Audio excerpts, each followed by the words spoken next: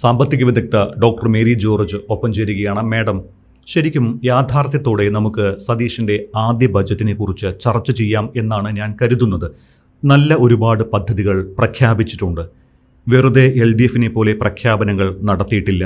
പക്ഷേ നല്ല കാര്യങ്ങൾ അവിടെ നിൽക്കട്ടെ. തൽക്കാലം നല്ലത് മാത്രം പറഞ്ഞാൽ സതീഷിന് വാഴ്ത്തുപാട്ടാണ് എന്ന് കരുതും ആളുകൾ. വിമർശനങ്ങൾ കൂടി ചർച്ച ചെയ്ത് നമുക്ക് പോസിറ്റീവ് വശത്തിലേക്ക് വരാം എന്നാണ് ഞാൻ കരുതുന്നത്. അപ്പോൾ ധനമന്ത്രി കൂടിയായ മുഖ്യമന്ത്രി VD സതീഷിൻ്റെ കന്നി ബജറ്റിൽ വലിയ വിസ്മയങ്ങൾ പ്രതീക്ഷിച്ചവർക്ക് തെറ്റിയോ? കേരളത്തിൻ്റെ ഭാവി വികസനത്തിന് ഒരു പുതിയ ദിശാബോധം നൽകുന്നുണ്ട് എന്നതൊഴിച്ചാൽ ബജറ്റിനെ കുറിച്ച് പുകഴ്ത്തിപ്പറയാൻ ഒരുപാട് കാര്യങ്ങൾ ഇല്ലല്ലോ. LDF സർക്കാർ പാസാക്കിയ ബജറ്റ് പുതുക്കുക എന്ന പരിമിത സ്വാതന്ത്ര്യമേ ഉള്ളൂ എന്നതിനാൽ UDFൻ്റെ പ്രകടന പത്രികയിലെ ഇന്ദിരാ ഗ്യാരണ്ടികൾ പോലും അടുത്ത വർഷമേ നടപ്പാക്കാൻ കഴിയൂ എന്നാണ് ഈ ബജറ്റ് നോക്കുമ്പോൾ നമുക്ക് മനസ്സിലാകുന്നത്. അങ്ങനെ നോക്കുമ്പോൾ ഈ ഒരു ബജറ്റിൽ വിസ്മയം ഉണ്ടായോ? ഇതിനകത്ത് വിസ്മയങ്ങൾ ഇല്ല എന്ന് കരുതേണ്ടതില്ല. വിസ്മയങ്ങൾ ധാരാളമുണ്ട് എന്ന് പറയുമ്പോൾ തന്നെ ഒരു കാര്യം എടുത്തു പറയാൻ ഞാൻ ആഗ്രഹിക്കുന്നു. ഇത് ഒരു സാമ്പ്രദായിക ബജറ്റല്ല. സാധാരണ നമ്മളൊരു ബജറ്റ് എടുത്ത് നോക്കിയാൽ കാണുന്ന തരത്തിലുള്ള, ഇപ്പോൾ തോമസ് ഐസക്കിൻ്റെ ബജറ്റ് എടുത്ത് നോക്കുക, അതിനകത്ത് കവിത, കഥ ഇതെല്ലാം കാണും, കുറേ കാര്യങ്ങളും കാണും. പക്ഷേ ഇവിടെ അങ്ങനെയല്ല, കാര്യമാത്ര പ്രസക്തമായിട്ട് തന്നെയാണ് മുൻപോട്ട് പോകുന്നത്. അപ്പോൾ ആ സാമ്പ്രദായിക രീതിയിൽ നിന്ന് വ്യത്യസ്തമായിട്ട് പുതിയ മേച്ചിൽപ്പുറങ്ങൾ ബജറ്റിന് വേണ്ടി കണ്ടെത്തുകയാണ് ബഹുമാനപ്പെട്ട മന്ത്രി VD സതീശൻ ഇവിടെ ചെയ്തുകൊണ്ടിരിക്കുന്നത്. പുതിയ മേച്ചിൽപ്പുറങ്ങൾ എന്ന് പറയുമ്പോൾ ഇതുവരെ കേരളം പ്രയോജനപ്പെടുത്താതിരുന്ന സാധ്യതകളാണ് ഇവിടെ പ്രയോജനപ്പെടുത്താൻ തീരുമാനിച്ചിരിക്കുന്നത്. ഉദാഹരണത്തിന് ഇപ്പോൾ നമുക്ക് പറയാം, ലോക മാരിടൈം ഭൂപടത്തിൽ കേരളത്തെ എത്തിക്കുക, കേരളത്തിനൊരു പ്രമുഖ സ്ഥാനം ആ മാരിടൈം ഭൂപടത്തിൽ കണ്ടെത്താൻ വേണ്ടി ബ്ലൂ ഇക്കോണമിയുടെ സാധ്യതകൾ, അനന്ത സാധ്യതകൾ. ബിക്കോസ് കേരളത്തിൻ്റെ കടൽ തീരം എന്ന് പറയുന്നത് കേരളത്തോളം തന്നെ നീളത്തിലാണ്, 590 കിലോമീറ്ററിൽ കിടക്കുകയാണ്. ആ സമുദ്ര മേഖലയെ പൂർണ്ണമായിട്ടും പ്രയോജനപ്പെടുത്തി കേരളത്തെ വികസനത്തിലേക്ക് നയിക്കാൻ സഹായകമായ പദ്ധതികൾ കൊണ്ടുവരുന്നു. അതായത് ബ്ലൂ ഇക്കോണമി പ്രയോജനപ്പെടുത്തണമെന്ന് നേരത്തെ തന്നെ ശാസ്ത്രജ്ഞർ, അതായത് സമുദ്ര ഗവേഷകരും ശാസ്ത്രജ്ഞരും ഒക്കെ പറയാറുണ്ടായിരുന്നു. പക്ഷേ അതിന് വലിയ മുൻതൂക്കം കൊടുത്തിരുന്നില്ല. ഇത്തവണ അത് തീർച്ചയായിട്ടും പ്രയോജനപ്പെടുത്തണം എന്ന് കരുതി തന്നെയാണ് ഈ ബജറ്റിൽ ഒരുപാട് പ്രപ്പോസൽസ് അതിനായിട്ട് കൊണ്ടുവന്നിരിക്കുന്നത്. അപ്പോൾ ഒരു കാര്യം കൂടി നാം ഓർക്കണം. നേരത്തെ ജിമേഷ് തന്നെ പറഞ്ഞല്ലോ, മുൻ ധനമന്ത്രി ശ്രീ ബാലഗോപാൽ അവതരിപ്പിച്ച ബജറ്റിൻ്റെ വലിയ മാറ്റങ്ങളില്ലാതെ തന്നെ, അതായത് ഒരു ബജറ്റ് ഓൾറെഡി അവതരിപ്പിച്ച് വലിയ ബജറ്റ് മാറ്റങ്ങളില്ലാതെ തന്നെ മുമ്പോട്ട് പോകണം. അപ്പോൾ അതിനൊരു ഇത്തിരി മിനുക്കുമണിയല്ലേ ഇവിടെ വേണ്ടു എന്ന്. സത്യത്തിൽ ശ്രീ ബാലഗോപാൽ ഒരു ബജറ്റ് അന്നേരം അവതരിപ്പിക്കേണ്ട ആവശ്യമില്ലായിരുന്നു. ഇൻ്റേരിയം ബജറ്റ്, ഇടക്കാല ബജറ്റായിരുന്നു അദ്ദേഹം അവതരിപ്പിക്കേണ്ടിയിരുന്നത്. ഇടക്കാല ബജറ്റ് എന്ന് പറഞ്ഞാൽ തന്നെ അത് പഴയ ഗവൺമെൻറ്റിൻ്റെ പീരീഡ് കഴിഞ്ഞ് ഗവൺമെൻറ് അത് ഇലക്ഷൻ ഡിക്ലെയർ ചെയ്ത് കഴിഞ്ഞാൽ ഗവൺമെൻറ്റിൻ്റെ കാലം കഴിയുകയാണല്ലോ. പിന്നെ ഇതുപോലെയുള്ള തീരുമാനങ്ങൾ, ഫിനാൻഷ്യൽ ഡിസിഷൻസ് ഒന്നും എടുക്കാൻ ഒക്കില്ല.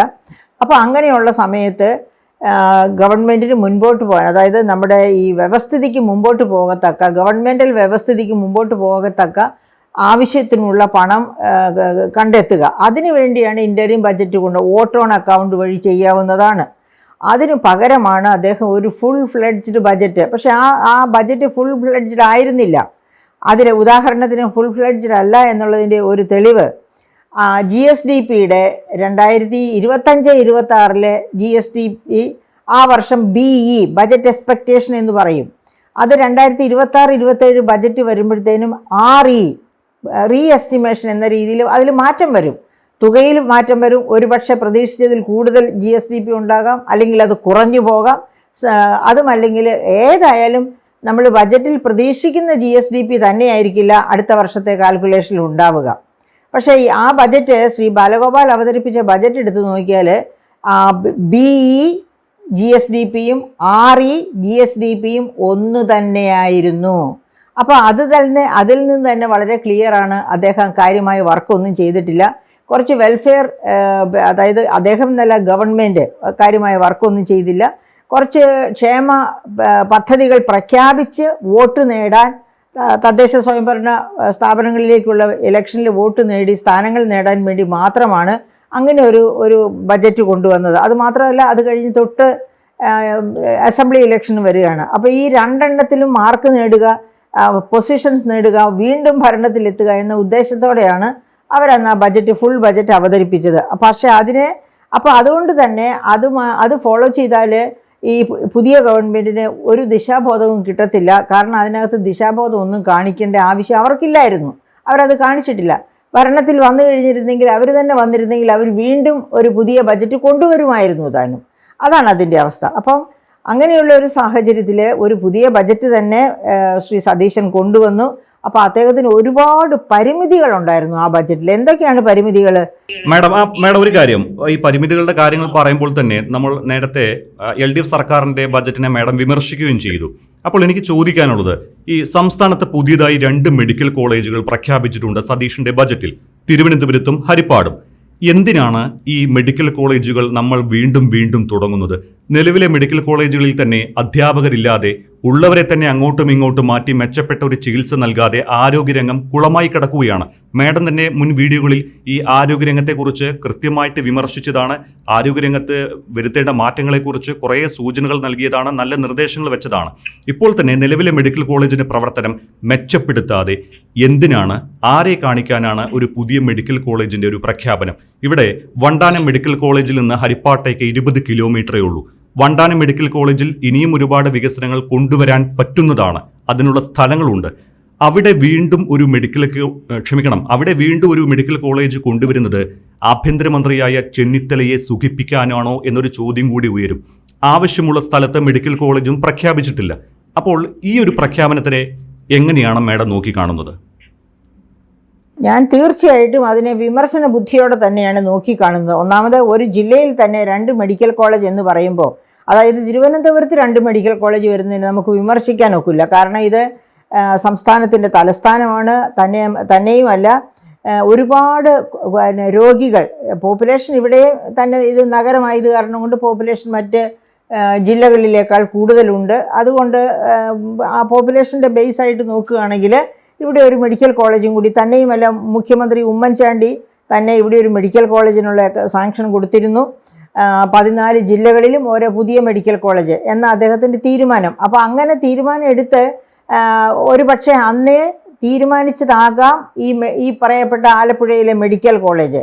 അങ്ങനെയാണെങ്കിൽ തന്നെ ആ മെഡിക്കൽ കോളേജ് എന്താണ് പറയുക, എൻ്റെ അഭിപ്രായത്തിൽ വരേണ്ടത് വെള്ളൂർ ന്യൂസ് പ്രിൻ്റ് ഫാക്ടറിയുടെ ആ ക്യാമ്പസ്, അതാണ് മെഡിക്കൽ കോളേജിന് അനുയോജ്യമായ ക്യാമ്പസ്. ഒരുപക്ഷെ അങ്ങനെ ഏതെങ്കിലും ക്യാമ്പസ് ആയിരിക്കാം ഉദ്ദേശിക്കുന്നത്, അത് നമുക്കറിഞ്ഞുകൂടാ. അപ്പോൾ ആ വൈക്കത്തെ ആ വെള്ളൂർ ന്യൂസ് പ്രിൻ്റിയുടെ ഇതാണ് ആണെന്നുണ്ടെങ്കിൽ മധ്യ കേരളത്തിൽ വരും. അത് പക്ഷേ എയിംസിനാണ് ഏറ്റവും നല്ലത്. ഇപ്പോൾ ആലപ്പുഴയിൽ രണ്ടാമതൊരു മെഡിക്കൽ കോളേജ് വന്നു കഴിഞ്ഞാൽ പിന്നെ എയിംസ് വൈക്കത്ത് വരാനുള്ള സാധ്യതയും കുറഞ്ഞു പോകും. അതുകൊണ്ട് ഈ വൈക്കംകാരുടെ താല്പര്യമല്ല, കേരളത്തിൻ്റെ മൊത്തം താല്പര്യം കേരളത്തിൻ്റെ മധ്യത്തിലായിട്ട് all India institute of medical science വരണമെന്നാണ്.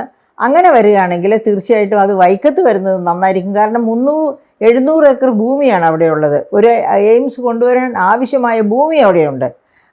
നേരെ മറിച്ച് കിനാലൂരൊക്കെ ആണെങ്കിൽ 310 അങ്ങനെയൊക്കെയാണ് ഏക്കറുള്ളത്. അപ്പോൾ അത് തികയില്ല, ഭൂമി തികയില്ല എന്ന കാരണം പറഞ്ഞുകൊണ്ട് തന്നെ അവിടെ ഒരു മെഡിക്കൽ കോളേജ് തള്ളിപ്പോകാം, അതായത് ഓൾ ഇന്ത്യ മെഡിക്കൽ ഇൻസ്റ്റിറ്റ്യൂട്ട് തള്ളിപ്പോകാം. മറിച്ച് വൈക്കത്താകുമ്പോഴേക്കും സംസ്ഥാന ഗവൺമെൻറ്റിന് ഭൂമി കൊടുക്കുക എന്നുള്ള ഭാരവും തീരും. അത് കൃത്യമായ സ്ഥലത്ത്, അതായത് കൃത്യമായിട്ട് കേരളത്തിൻ്റെ മധ്യഭാഗത്ത് തന്നെ ആ മെഡിക്കൽ കോളേജ് എയിംസ് വരികയും ചെയ്യും. അപ്പോൾ ഈ ആലപ്പുഴയിൽ രണ്ടാമതൊരു മെഡിക്കൽ കോളേജ് എന്ന കോൺസെപ്റ്റ് തീർച്ചയായിട്ടും ഞാൻ അതിനിപ്പോൾ ഈ ബജറ്റിൽ കൊടുത്തിരിക്കുന്ന ഊന്നലിനെ ഞാൻ നഖശിഖാന്തം എതിർക്കുന്നു. കാരണം ഈ ബജറ്റിൽ ഊന്നൽ കൊടുക്കേണ്ടിയിരുന്ന 3 മെഡിക്കൽ കോളേജുകളുണ്ട്. അതായത് 1 Wayanad medical college, 2 Kasaragod medical college, 3 Idukki medical college. ഈ 3 സ്ഥലങ്ങളും മെഡിക്കൽ കോളേജുകൾ ഇല്ലെന്ന് മാത്രവുമല്ല, ഇപ്പോൾ വയനാടാണെങ്കിൽ കാട്ടുമൃഗശല്യം ഏറ്റവും കൂടുതലുള്ള സ്ഥലമാണ്. അവിടെ ആദിവാസികളും ഏറ്റവും കേരളത്തിലെ ആദിവാസികളുടെ 43% ഉള്ളതും വയനാട് ജില്ലയിലാണ്.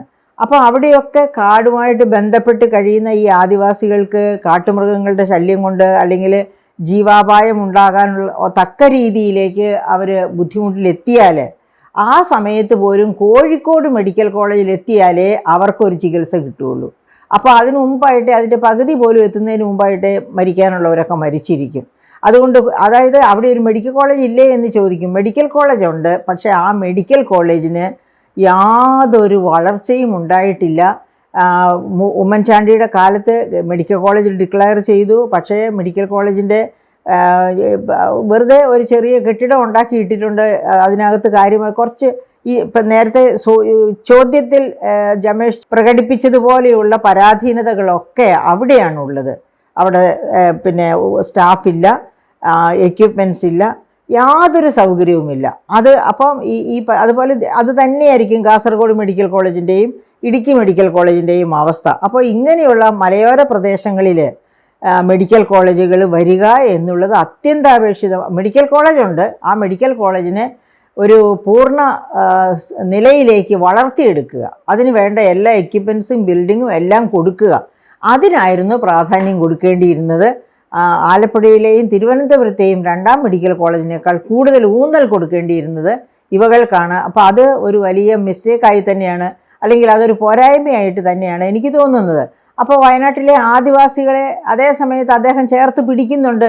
ഈ ബജറ്റിലെ ഏറ്റവും നല്ല ഒരു ഒരു വിലയിരുത്തൽ നടത്തുകയാണെങ്കിൽ നമുക്ക് വിലയിരുത്താൻ പറ്റുന്നത് ട്രൈബൽ യൂണിവേഴ്സിറ്റി, വയനാട്ടിൽ വരാൻ പോകുന്ന ഒരു ട്രൈബൽ യൂണിവേഴ്സിറ്റിയാണ്.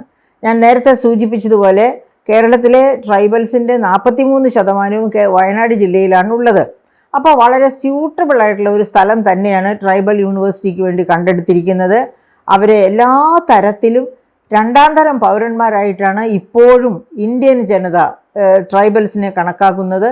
ആ സാഹചര്യത്തിൽ അവർക്ക് സ്വന്തമായിട്ടൊരു യൂണിവേഴ്സിറ്റി, അവരുടേതായ ഒരു യൂണിവേഴ്സിറ്റി വരിക, ആ യൂണിവേഴ്സിറ്റിയിൽ എല്ലാ തരക്കാരും പഠിക്കാനുള്ള അവസരം കൊടുത്താൽ അതിനോട് നമുക്ക് വിയോജിക്കേണ്ട ഒരു കാര്യമില്ല. പക്ഷേ ട്രൈബൽസിനായിരിക്കുമല്ലോ ഫസ്റ്റ് പ്രയോറിറ്റി. അങ്ങനെ വരുമ്പോൾ അവരുടെ ആ വ്യക്തിത്വ വികസനത്തിന് അത് വളരെയധികം സഹായിക്കും. അപ്പോൾ അതായത് ഇത്രയും വർഷങ്ങൾ കൊണ്ട് ഒരു ട്രൈബൽസിന് വേണ്ടി ഇത്രയും പ്രധാനപ്പെട്ട ഒരു സ്റ്റെപ്പ് എടുത്ത ആദ്യ മുഖ്യമന്ത്രി എന്ന ഖ്യാതി മിസ്റ്റർ സതീശന് തന്നെ പോകണം. അത് അദ്ദേഹം ചേർത്തു പിടിക്കുന്നു എന്ന് പറഞ്ഞാൽ ഏറ്റവും തഴയപ്പെട്ടവരെയാണ് ചേർത്ത് പിടിക്കുന്നത്. കോൺസ്റ്റിറ്റ്യൂഷൻ എല്ലാവർക്കും ഈക്വൽ പദവി കൊടുക്കുന്നുണ്ട്, പക്ഷേ നമ്മുടെ ഈ പൗരന്മാർ എല്ലാവരെയും ഒരുപോലെയല്ല കാണുന്നത്. അതിനൊരു മാറ്റം വരുത്തിക്കൊണ്ട് ഒരു ചിന്ത മുൻപോട്ട് വെച്ച, ചിന്ത മാത്രമല്ല ഒരു പ്രോജക്റ്റ് മുമ്പോട്ട് വെച്ച, അത് സാർത്ഥകമാക്കുമെന്ന് ഉറപ്പുള്ള ഒരു മുഖ്യമന്ത്രിയാണ് അദ്ദേഹം. മാഡം, ഇവിടെ പ്രധാനപ്പെട്ട രണ്ട് കാര്യങ്ങൾ മാഡം ഇടയ്ക്കിടയ്ക്ക് വീഡിയോ ചെയ്യാറുള്ള കാര്യം തന്നെയാണ്. ഒന്ന് സ്വർണം, മറ്റൊന്ന് IGST. ഇതിൽ രണ്ടിലും മൗനം പാലിച്ചിട്ടുണ്ട് സതീശൻ ഈ ബജറ്റിൽ. സതീശൻ പ്രതിപക്ഷ നേതാവായിരുന്നപ്പോൾ പറഞ്ഞത് സ്വർണത്തിൽ നിന്ന് ഇപ്പോൾ GST വരുമാനം ഏതാണ്ട് 600 കോടി രൂപയാണ്. സ്വർണ്ണ വിൽപ്പനയുടെ ടേൺ ഓവർ വെച്ച് നോക്കിയാൽ അത് 15,000 കോടി രൂപയെങ്കിലും പിരിച്ചെടുക്കാനാകുമെന്നാണ് അന്ന് വാദിച്ചത്. ഈ വർഷം എത്ര കോടി രൂപ സ്വർണത്തിൽ നിന്നും പിരിച്ചെടുക്കും എന്നൊന്നും ഈ ബജറ്റിൽ പറഞ്ഞിട്ടില്ല. പിന്നെ ഈ IGSTയുടെ കാര്യം, സംസ്ഥാന സർക്കാരിന്റെ കാര്യക്ഷമത ഇല്ലാത്തതുകൊണ്ട് 25,000 കോടി രൂപ IGST കേരളത്തിന് നഷ്ടപ്പെട്ടുവെന്നാണ് സതീശൻ പ്രതിപക്ഷ നേതാവായിരുന്നപ്പോൾ നടത്തിയ മറ്റൊരു വിമർശനം. IGST ഫലപ്രദമായി പിരിച്ചെടുക്കാൻ എന്ത് നടപടിയാണ് സ്വീകരിക്കാൻ പോകുന്നത്? അടുത്ത 5 വർഷം കൊണ്ട് IGST എത്ര കൂടുതൽ പിരിക്കും? ഇക്കാര്യങ്ങളൊന്നും പറഞ്ഞിട്ടില്ല. എന്തുകൊണ്ടാണ് ഇങ്ങനെ സംഭവിച്ചത്? ഈ എടുത്തുചാടി ബജറ്റ് അവതരിപ്പിച്ചപ്പോൾ സംഭവിച്ച പിഴവാണോ, അതോ മനഃപൂർവ്വം വിട്ടുപോയതാണോ? മനഃപൂർവ്വം പോയതാകാൻ ഒരു സാധ്യതയുമില്ല. ഈ പറഞ്ഞതുപോലെ നമുക്കറിയാം എന്നാണ് മന്ത്രിസഭ സത്യപ്രതിജ്ഞ ചെയ്ത് ഇതെടുത്തത് എന്ന്. അതിനുശേഷം ഇത്രയും ചുരുങ്ങിയ കാലം കൊണ്ട് ഒരു ബജറ്റ് തയ്യാറാക്കി, ഞാൻ പറഞ്ഞല്ലോ ശ്രീ ബാലഗോപാലിൻ്റെ ബജറ്റ് പഠിച്ച് വേണ്ടത്ര കാര്യമായ രീതിയിൽ തയ്യാറാക്കിയ ഒരു ബജറ്റ് ആയിരുന്നില്ല. അപ്പോൾ അങ്ങനെ ഒരു ബജറ്റ് തയ്യാറാക്കേണ്ടിയിരുന്നു ശ്രീ സതീശൻ. അതിന് അദ്ദേഹത്തിന് സമയം കിട്ടിയില്ല. എത്ര ഈ പറയപ്പെട്ട സെക്രട്ടേറിയറ്റിലെ ധനവകുപ്പിലെ ഉദ്യോഗസ്ഥരൊക്കെ എത്ര മിടുക്കരാണെന്ന് പറഞ്ഞാലും ഈ ഒരു ബജറ്റ് എന്ന് പറഞ്ഞാൽ ഒരു വളരെ പ്രധാനപ്പെട്ട, എനിക്ക് തോന്നുന്നു സാധാരണ ബജറ്റിൻ്റെ പ്രക്രിയ അതിൻ്റെ തുടക്കം ബജറ്റിൻ്റെ പ്രിപ്പറേഷൻ ഒക്ടോബർ മാസത്തിലൊക്കെ തന്നെ തുടങ്ങുമെന്ന് ആണ് എനിക്ക് തോന്നുന്നത്. അപ്പോൾ അങ്ങനെ ഒക്ടോബർ മാസത്തിൽ തുടങ്ങേണ്ടിയിരുന്ന ബജറ്റിൻ്റെ പ്രവർത്തന പ്രക്രിയയിലേക്ക് ഇപ്പോൾ എപ്പോഴാണ് 10-15 ദിവസം പോലും കിട്ടിയിട്ടില്ലെന്നാണ് എനിക്ക് മനസ്സിലാക്കാൻ പറ്റുന്നത് ഈ ബജറ്റിൻ്റെ പ്രിപ്പറേഷന്. അതിനിടയ്ക്ക് മുഖ്യമന്ത്രി കൂടിയാണ് അദ്ദേഹം എന്നതുകൊണ്ട് അദ്ദേഹത്തെ നിരന്തരം വിസിറ്റേഴ്സും മറ്റെല്ലാ തരത്തിലുമുള്ള, കാരണം ഏത് കാര്യത്തോടും മുഖ്യമന്ത്രിയാണല്ലോ ആദ്യം കൺസൾട്ട് ചെയ്യപ്പെടേണ്ട ആൾ. അപ്പോൾ അങ്ങനെ വരുമ്പോഴത്തേക്കും ആ തരത്തിലുള്ള ബുദ്ധിമുട്ടുകളും അദ്ദേഹത്തിന് ഉണ്ടായിട്ടുണ്ടാവണം. അപ്പോൾ വളരെ കുറച്ച് സമയം കൊണ്ട് ഒരു ബജറ്റ് പ്രിപ്പയർ ചെയ്യേണ്ടി വന്നു എന്നതുകൊണ്ട് പലതും ഇതിനകത്ത് വിട്ടുപോയിട്ടുണ്ടാകാം.